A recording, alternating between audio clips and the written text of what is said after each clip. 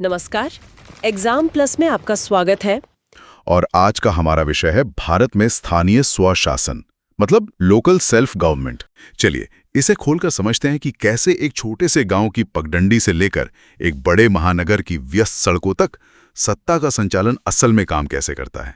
यहाँ एक बहुत ही महत्वपूर्ण तारीख हाईलाइट की गई है, 2 अक्टूबर 1959, महात्मा गांधी जी की जयंती का दिन। हाँ, इसी दिन तत्कालीन प्रधानमंत्री जवाहरलाल नेहरू जी ने राजस्थान के नागौर जिले में भारत के पहले पंचायती राज का उद्घाटन किया था। स्टूडेंट्स ध्यान दें, परीक्षाओं में यह फैक्ट बार बार सीधे तौर पर पूछा जाता है।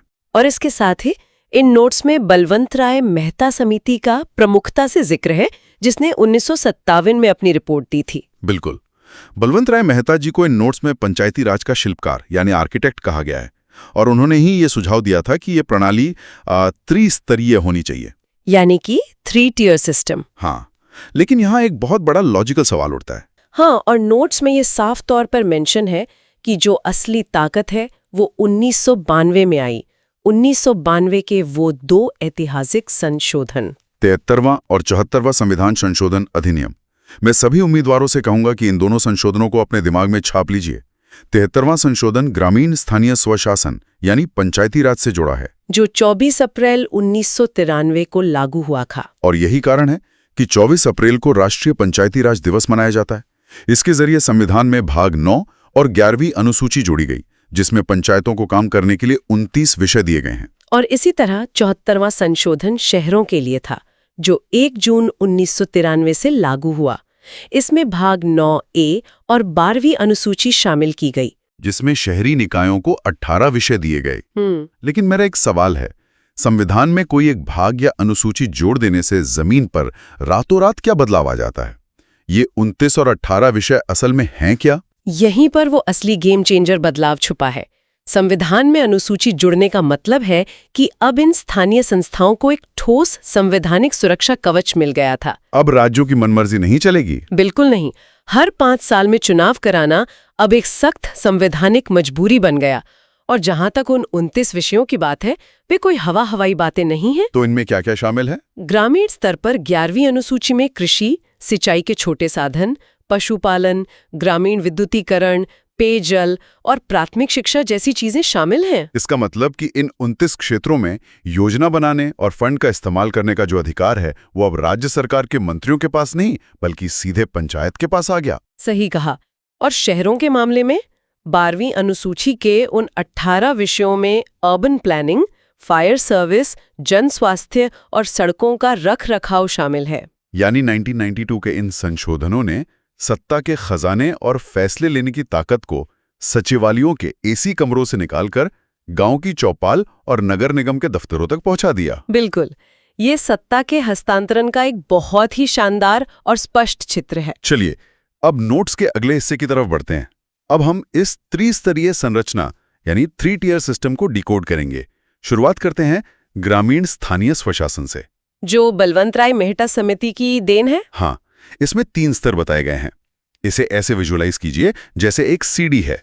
सबसे निचले स्तर पर है ग्राम पंचायत, जो गांव के लेवल पे काम करती है। बीच की सीढ़ी पर है क्षेत्र पंचायत, जिसे कई जगह ब्लॉक या खंड स्तर भी कहते हैं। और सबसे ऊंचे स्तर पर है जिला पंचायत। अब देखिए, जो भी स्टूडेंट्स यूपीपीएससी या टीचिंग एग्जाम की तैयारी कर रहे हैं, उनका सबसे ज्यादा टाइम ये रटने में जाता है कि किस पद का चुनाव प्रत्यक्ष यानी डायरेक्ट होता है और किसका अप्रत्यक्ष यानी इनडायरेक्ट।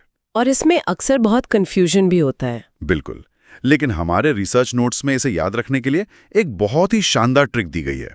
और वो ट्रिक ये है कि जनता हमेशा सदस्यों को सीधे चुनती है। सदस्यों को? हाँ, चाहे वो गांव का वार्ड मेंबर हो, ब्लॉक स्तर का बीडीसी मेंबर हो या फिर जिला पंचायत का सदस्य हो, इन सभी सदस्यों के लिए आम जनता खुद वोट डालती है। यानी ये डायरेक्ट इलेक्शन हुआ। एकदम।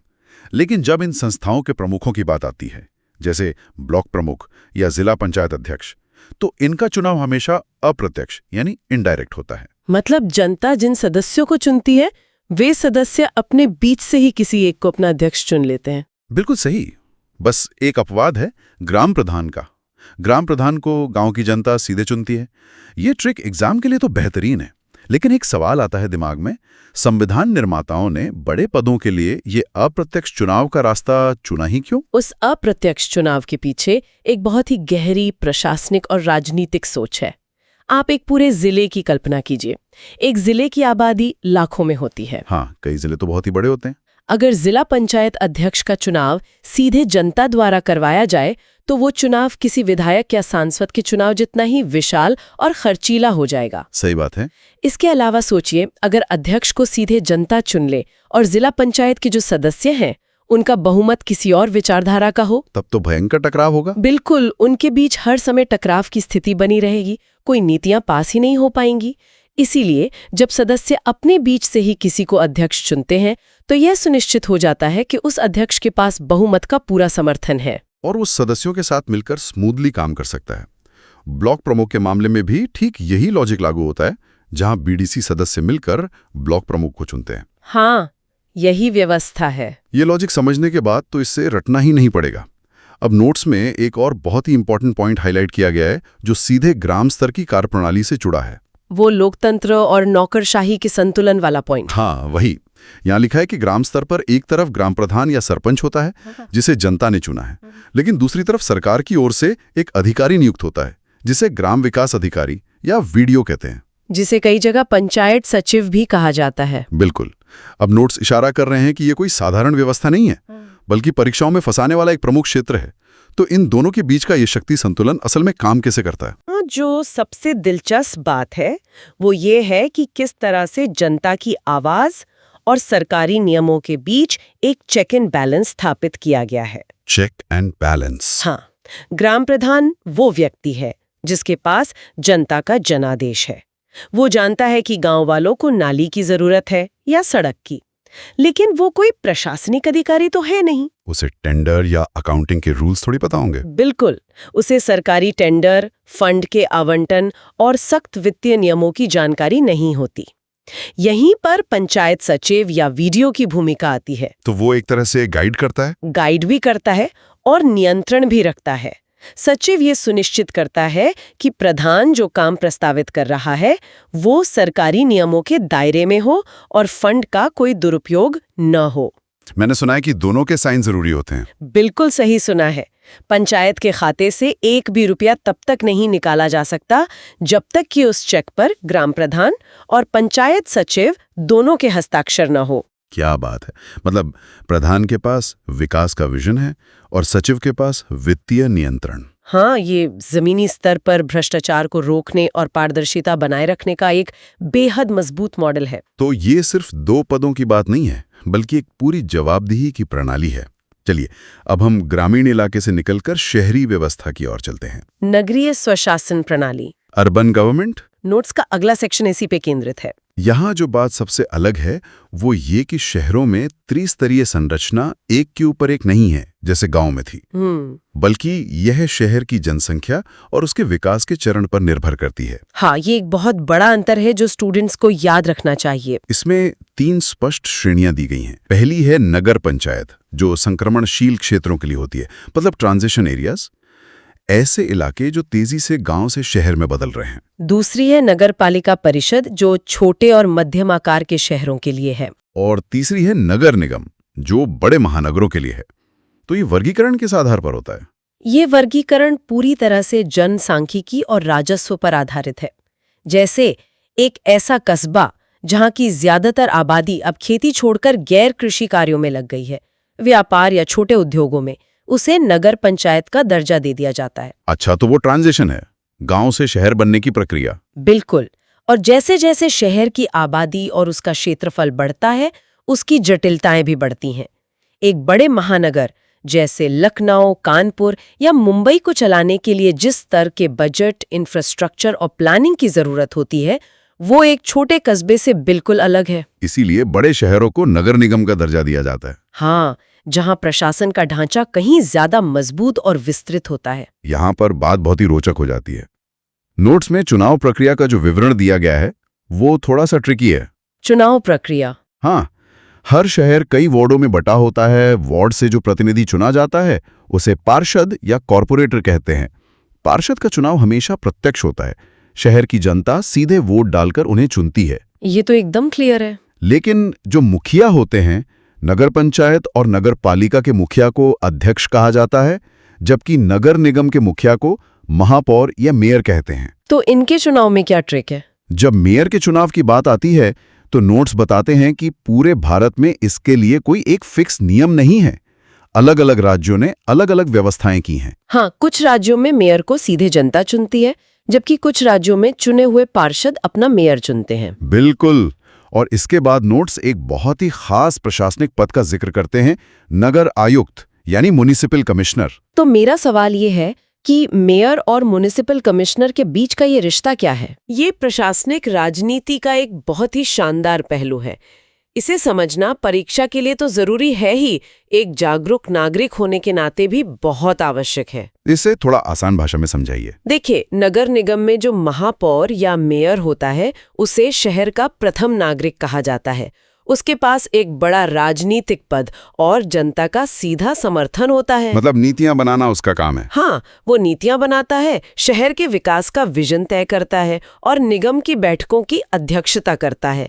लेकिन जब उन नीतियों को धरातल पर उतारने की बात आती है, जैसे टैक्स वसूलना या टेंडर पास करना, बिल्कुल, टैक्स वसूलने की बात हो या कर्मचारियों के प्रबंधन की बात हो, तो ये सारा वास्तविक प्रशासनिक और वित्तीय काम नगर आयुक्त यानी म्युनिसिपल कमिश्नर देखता है। और ये म्युनिसिपल कमिश्नर कोई राजनेता तो होता नहीं है? एकदम नहीं, वह राज्य सरकार द्वारा नियुक्त एक वरिष्ठ IAS अधिकारी होता है। अच्छा, तो यहाँ भी वही चेक एंड बैलेंस है। बिल्कुल, मेयर के पास नीतियां पास करने की शक्ति है, लेकिन कमिश्नर के पास उन नीतियों को कानूनी रूप से लागू करने की शक्ति है।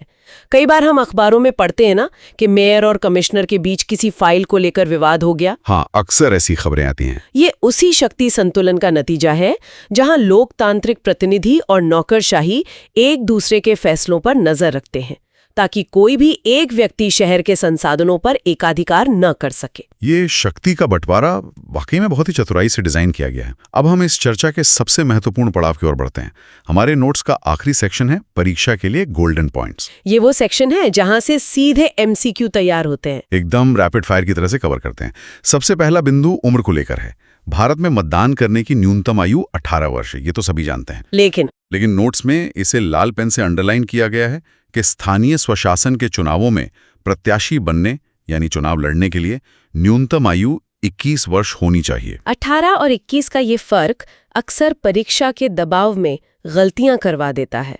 स्टूडेंट्स को इस पर खास ध्यान देना चाहिए। तो चुनाव लड़ने की उम्र 21 क्यों रखी गई, 18 क्यों नहीं? इस अंतर के पीछे की वजह बहुत स्पष्ट है।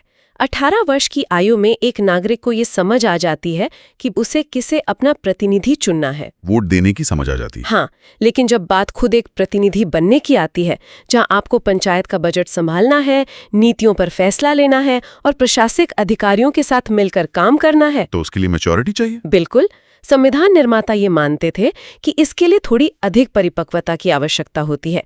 इसलिए चुनाव लड़ने की न्यूनतम आयु 21 वर्ष तय की गई है, जो कि लोकसभा या विधानसभा चुनावों की 25 वर्ष की आयु सीमा से फिर भी कम है। हाँ, क्योंकि ये युवाओं को राजनीति में प्रवेश करने का एक शुरुआती मंच प्रदान करता है। इसके बाद कार्यकाल और चुनाव की समय सीमा का जिक्र है। सभी पंचायतों और नगर निकायों का कार्यकाल उनकी पहली बैठक की तारीख से ठीक 5 वर्ष का होता है। और इसमें एक 6 महीने का नियम भी है। हाँ, नोट्स में ये 6 महीने का नियम स्पष्ट रूप से लिखा है। नियम यह है कि अगर कोई संस्था अपना 5 साल का कार्यकाल पूरा करने से पहले ही किसी कारण से भंग हो जाती है, तो हर हाल में 6 महीने के अंदर नए चुनाव कराना अनिवार्य है। ये एक ऐसी संवैधानिक बाध्यता है जिसे कोई भी राज्य सरकार टाल नहीं सकती। और यहाँ परीक्षा में फंसाने वाला एक और बड़ा जाल बिछाया जाता है। अगर प्रश्न पत्र में पूछा जाए कि स्थानीय निकायों की चुनाव कौन करवाता है, तो अक्सर पहला ही विकल्प भारत निर्वाचन आयोग यानी इलेक्शन कमीशन ऑफ इंडिया दिया जाता है। और जो लोग गहराई से नहीं पढ़ते वे तुरंत इसी पर टिक कर देते हैं, जो कि पूरी तरह से गलत है। एकदम गलत। भारत निर्वाचन आयोग केवल राष्ट्रपति, उपराष्ट्रपति, लोकसभा, राज्यसभा और राज्यों की विधानसभाओं के चुनाव करवाता है। तो पंचायत और नगर पालिका के चुनाव कौन करवाता है? इसकी पूरी और एकमात्र जिम्मेदारी राज्य निर्वाचन आयोग यानी स्टेट इलेक्शन कमीशन की होती है। 73वें और 74वें संशोधन के तहत हर राज्य में एक स्वतंत्र राज्य निर्वाचन आयोग का गठन किया गया है, जिसका इकलौता काम इन स्थानीय संस्थाओं के चुनावों का संचालन, निर्देशन और नियंत्रण करना है। ये पॉइंट किसी भी हाल में भूलना नहीं चाहिए। ये एक बहुत ही सटीक चेतावनी है। चलिए, इन गोल्डन पॉइंट्स में आखिरी और सबसे गहरा विषय लेते हैं, आरक्षण या रिजर्वेशन। ये बहुत ही क्रूशल टॉपिक है। नोट्स बताते हैं कि स्थानीय स्वशासन में अनुसूचित जाति और अनुसूचित जनजाति के लिए सीटें उनकी जनसंख्या के अनुपात में आरक्षित होती हैं। लेकिन जिस बात ने पूरी व्यवस्था को पलट के रख दिया वो था महिलाओं के लिए आरक्षण। 73वें और 74वें संशोधन ने ये तय कर दिया कि सभी स्थानीय निकायों में कुल सीटों और अध्यक्ष पदों में से कम 1/3 यानी 33% सीटें महिलाओं के लिए आरक्षित होंगी। और नोट्स में ये भी मेंशन है कि बिहार, मध्य प्रदेश और उत्तर प्रदेश जैसे कई राज्यों ने तो इस आरक्षण को 33% से बढ़ाकर सीधा 50% कर दिया है। ये आंकड़ा बहुत बड़ा है। इसका जमीन पर क्या असर दिखता है? ये सिर्फ एक परीक्षा का तथ्य नहीं है, ये भारतीय समाज में एक बहुत बड़ी मूक क्रांति है, साइलेंट रेवोल्यूशन। साइलेंट रेवोल्यूशन कैसे? जब 50% सीटें महिलाओं के लिए आरक्षित होती हैं तो इसका सीधा असर शासन की प्राथमिकताओं पर बढ़ता है।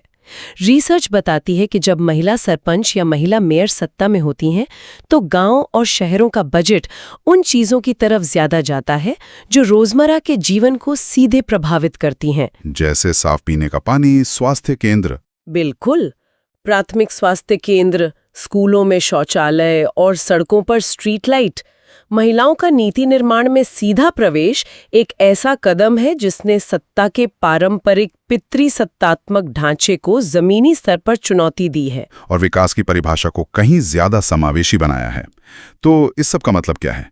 हमने इतिहास देखा, 73वें और 74वें संशोधन के प्रावधान देखे, 3 टियर सिस्टम का खाका समझा और मेयर से लेकर पंचायत सचिव तक के अधिकार समझे और सारे गोल्डन पॉइंट्स भी कवर किए।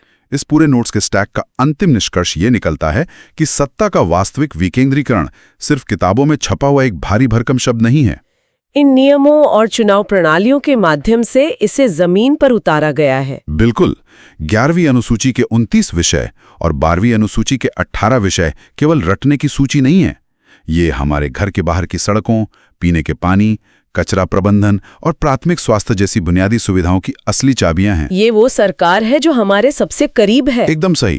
खैर, आज की इस विस्तृत चर्चा में हमने स्थानीय स्वशासन की ऐतिहासिक पृष्ठभूमि से लेकर ग्रामीण और शहरी ढांचे की बारीकियों, पावर डायनामिक्स और परीक्षा के सबसे महत्वपूर्ण गोल्डन पॉइंट्स तक सब कुछ गहराई से डिकोड कर लिया है। मुझे पूरी उम्मीद है कि इन नोट्स को जिस तरह से हमने विजुअलाइज किया है उसके बाद परीक्षा में कोई भी प्रश्न आपकी पकड़ से बाहर नहीं जाएगा। अपनी तैयारी को ऐसे ही पैनी और विश्लेषणात्मक बनाए रखिए। अगले विषय के साथ फिर जुड़ेंगे।